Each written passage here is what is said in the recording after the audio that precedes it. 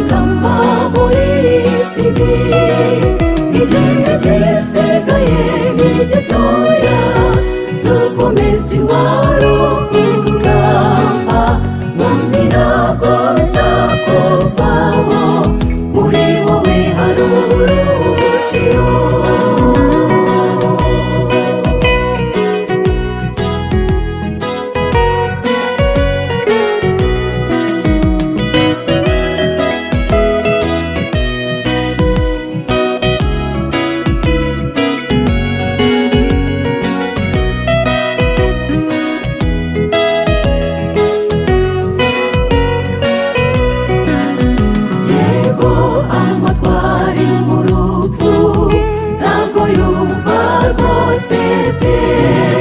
Ati munde mungire mumuge, baranga bati nawe yasaze.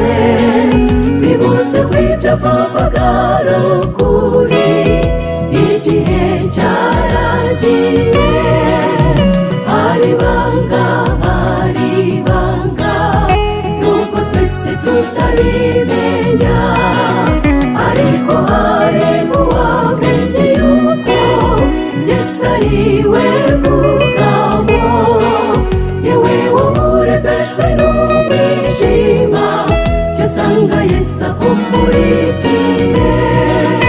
Mwami Yesu bana nanjye muri iyi si yugarijwe, numva nzaturwanya kugira ngo tuteshuke, ariko nzakomeza njyewe, mugundire sinzamurekura.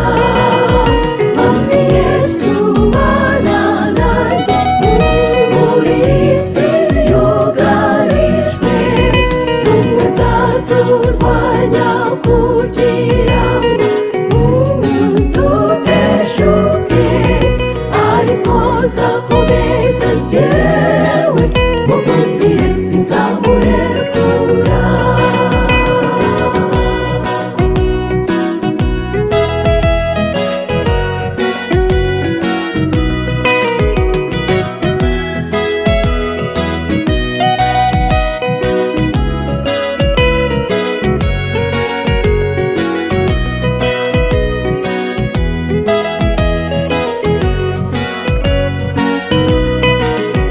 Mwami Yesu bana nanjye muri iyi si yugarijwe, numva nzaturwanya kugira ngo tuteshuke, ariko nzakomeza njyewe, mugundire sinzamurekura.